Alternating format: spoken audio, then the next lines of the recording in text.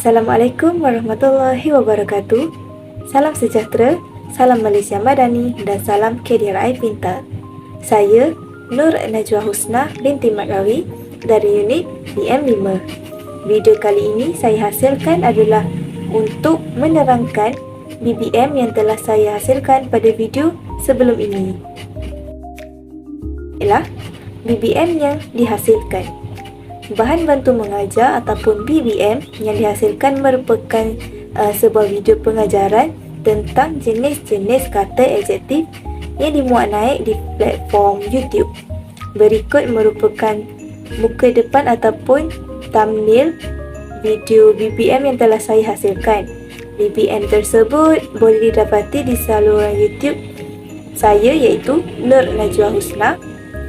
Ataupun pelajar dan guru juga boleh mengakses video tersebut menggunakan pautan yang telah saya sediakan di dalam kotak yang berwarna pink tersebut. Kaitan dengan aspirasi hala tuju dan implikasi pendidikan. Kaitan BBM tersebut. Aspirasi dan hala tuju pendidikan di Malaysia ni adalah untuk melahirkan murid yang berkualiti seiring dengan kemajuan dunia, yang memaksa sistem pendidikan kita juga dinaik taraf. BBM yang saya hasilkan dan saya muat naik ke platform YouTube ini menyokong aspirasi dan hala tuju tersebut kerana pada zaman kini pendidikan ni melebihkan kepada teknologi maklumat dan juga komunikasi. Jadi implikasi penghasilan BBM tersebut dapat dibagikan kepada dua, iaitu implikasi yang pertama kepada murid.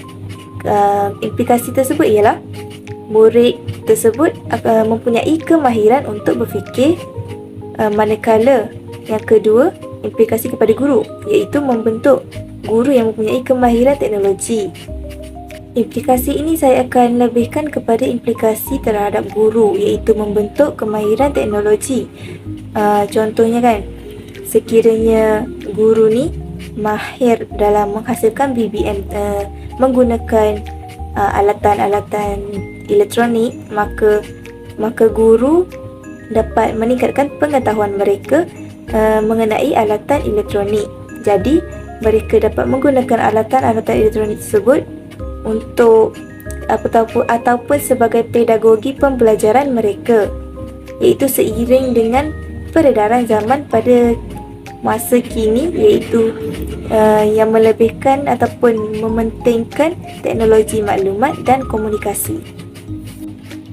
Mengapa saya mengatakan penghasilan BBM ini dapat memberikan impak kepada guru, iaitu menjadikan mereka ini mempunyai kemahiran dalam teknologi, kerana guru perlu menggunakan pengetahuan tentang isi kandungan mata pelajaran, pengajaran dan pembelajaran serta teknologi untuk memudahkan cara dan mencetuskan pengalaman pembelajaran, kreativiti dan inovasi murid dalam interaksi bersemuka dan persekitaran maya.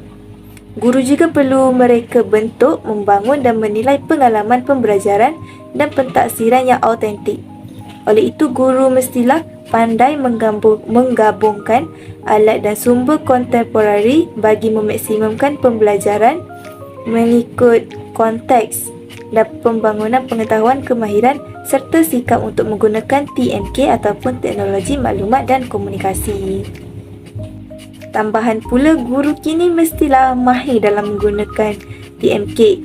Selain digunakan untuk menghasilkan BBM, kemahiran dalam teknologi ini boleh diaplikasikan sewaktu mengajar dalam bilik darjah, iaitu sewaktu kita ingin menggunakan LCD.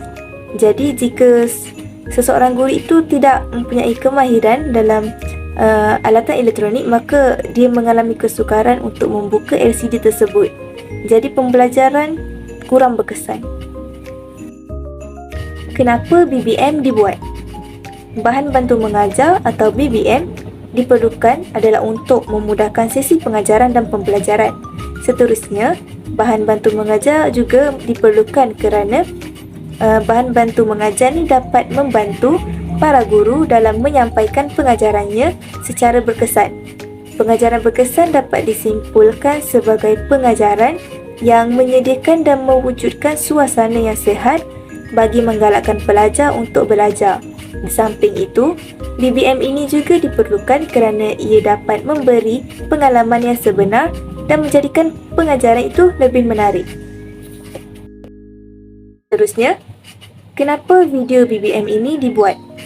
Video ini dibuat adalah bertujuan untuk menolong atau mempermudahkan murid-murid yang mengalami kesukaran dalam memahami sesuatu subtopik. Contohnya, murid tersebut tidak dapat mengenal pasti ada berapa jenis kata adjektif yang perlu diketahui. Oleh itu, murid tersebut boleh mengakses aplikasi YouTube dan menaik jenis-jenis kata adjektif pada bahagian pencarian, lalu video BBM yang akan terpampang pada skrin telefon ataupun komputer mereka. Selain itu, saya memilih untuk membuat video ini kerana murid pada zaman kini lebih tertarik kepada benda-benda yang unik dan warna-warni. Dari segi kos dan masa, penghasilan BBM ini tidak memerlukan sebarang kos kerana slide yang digunakan adalah percuma dan boleh didapatkan dalam aplikasi Canva.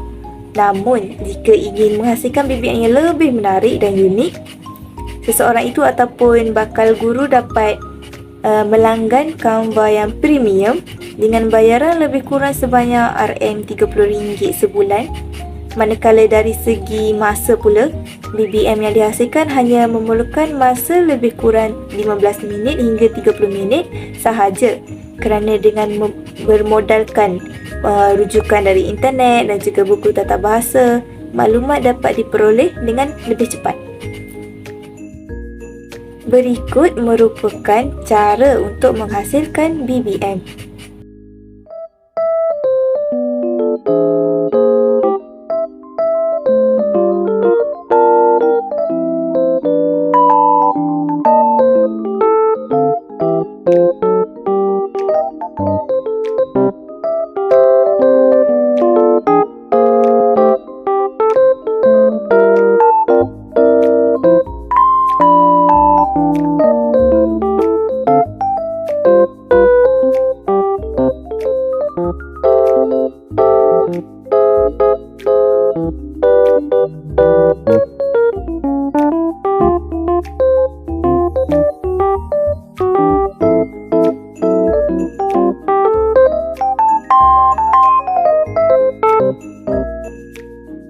Baiklah, BBM yang saya hasilkan ini merupakan anjakan yang ketujuh dalam Pelan Pembangunan Pendidikan Malaysia atau PPPM, iaitu memanfaatkan ICT DMK bagi meningkatkan kualiti pembelajaran di Malaysia. DMK merupakan pelbagai bentuk alat dan sistem yang digunakan dalam memproses, mengurus, memanipulasi, memindah, menyimpan dan menyebarkan maklumat melalui media elektronik. Maksudnya, sewaktu menghasilkan BBM ini, saya menggunakan pelbagai alatan elektronik seperti telefon bimbit, komputer riba dan tablet. Seterusnya, saya memuat naik BBM tersebut ke media sosial iaitu melalui platform YouTube. Jenis BBM yang dihasilkan. BBM yang dihasilkan adalah mengenai jenis kata adjektif. Jenis kata adjektif merupakan subtopik bagi topik kata adjektif yang berada di bawah golongan kata selain kata nama, kata kerja dan kata tugas. Saya memilih topik ini kerana murid-murid di luar sana akan dapat mengenal pasti perkataan yang mereka ketahui itu merupakan kata adjektif atau tidak, dan perkataan tersebut merupakan kata adjektif jenis apa.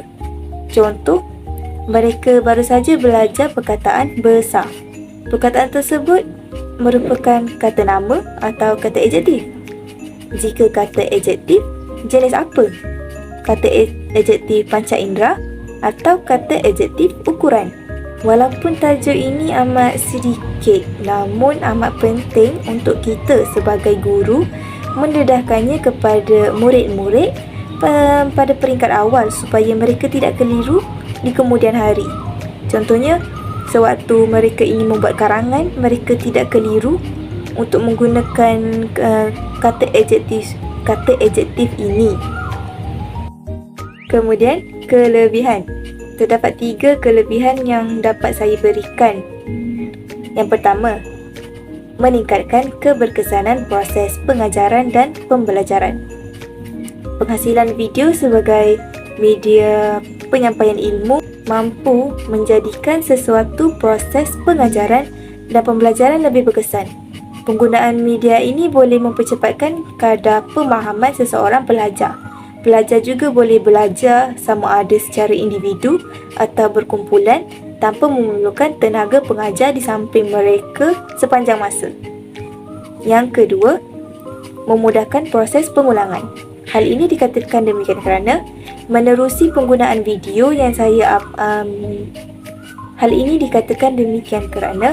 menerusi penggunaan video yang diupload di YouTube, sesuatu penerangan yang perlu dilakukan secara berulang-ulang boleh dilakukan dengan lebih mudah. Sebagai contoh, penerangan mengenai sesuatu proses kerja di makmal boleh dirakamkan dan dipagarkan kembali kepada pelajar bila-bila masa yang diperlukan. Pelajar juga boleh menonton klip video tersebut bagi membentuk kefahaman yang mendalam apabila diperlukan. Contoh lain, penerangan mengenai jenis-jenis kata adjektif. Mereka boleh mengulang-ulang video tersebut banyak kali sehingga mereka faham, tidak kira mereka berada di sekolah maupun di rumah maupun di asrama. Yang ketiga, menyediakan kuasa kawalan kepada pelajar. Para pelajar boleh memainkan video, memberhentikan seketika atau mengulang kembali klip-klip video digital yang disediakan mengikut keperluan dan tahap kemahiran masing-masing. Ini secara tidak langsung membolehkan sesuatu proses pembelajaran dilakukan mengikut keperluan dan tahap penerimaan pelajar dan bukannya mengikut keperluan tenaga pengajar semata-mata. Maksudnya, pelajar tu dapat menghentikan video tersebut, lepas tu dia boleh faham dulu. Lepas tu dia boleh start balik, dengar, dia boleh stop, dia boleh faham balik. Maksudnya dia boleh mengambil masa untuk faham. Biasanya di sekolah, guru mengajar sepintas lalu. Dia tidak memikirkan sama ada murid itu faham atau tak. Mungkin sebahagian murid itu faham, tapi ada juga yang jenis kecerdasan intelek mereka lemah, menyebabkan mereka ni susah untuk faham. Mereka memerlukan lebih masa. Oleh sebab itu, BBM yang saya upload di YouTube ini dapat membantu mereka untuk faham. Kelebihan penggunaan platform YouTube. Platform YouTube menjadi pilihan sebagai medium untuk saya memuat naik video BBM tersebut kerana yang pertama, YouTube ni percuma. Melainkan kita ingin yang YouTube Premium, ia tidak percuma dan perlu berbayar. Yang kedua, YouTube ni mudah diakses oleh semua orang. Tidak kira kanak-kanak, orang dewasa, orang tua, semua orang boleh akses YouTube. Yang ketiga, BBM ini boleh ditonton berulang kali. Seperti yang saya terangkan pada bahagian kelebihan tadi, video ni di YouTube boleh ditonton berulang-ulang kali sehingga kita dapat faham apa yang ingin disampaikan oleh video tersebut. Dan yang terakhir, menyokong pembelajaran kendiri. Maknanya, murid dapat belajar dengan sendiri. Mereka tidak memerlukan tenaga pengajar sentiasa berada dengan mereka. Mereka boleh belajar sendiri, terutamanya di rumah. Yang terakhir, siapa yang boleh manfaatkan BBM tersebut? Murid boleh manfaatkan BBM tersebut sebagai rujukan dalam pembelajaran. Mereka boleh menontonnya berulang-ulang kali sehingga mereka faham ataupun sehingga mereka mampu untuk menguasai subtopik tersebut.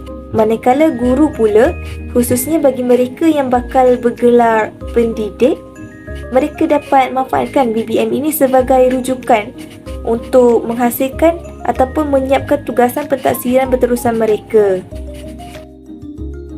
Baiklah, nampaknya kita telah berada di penghujung video. Itu saja daripada saya. Sekian, terima kasih.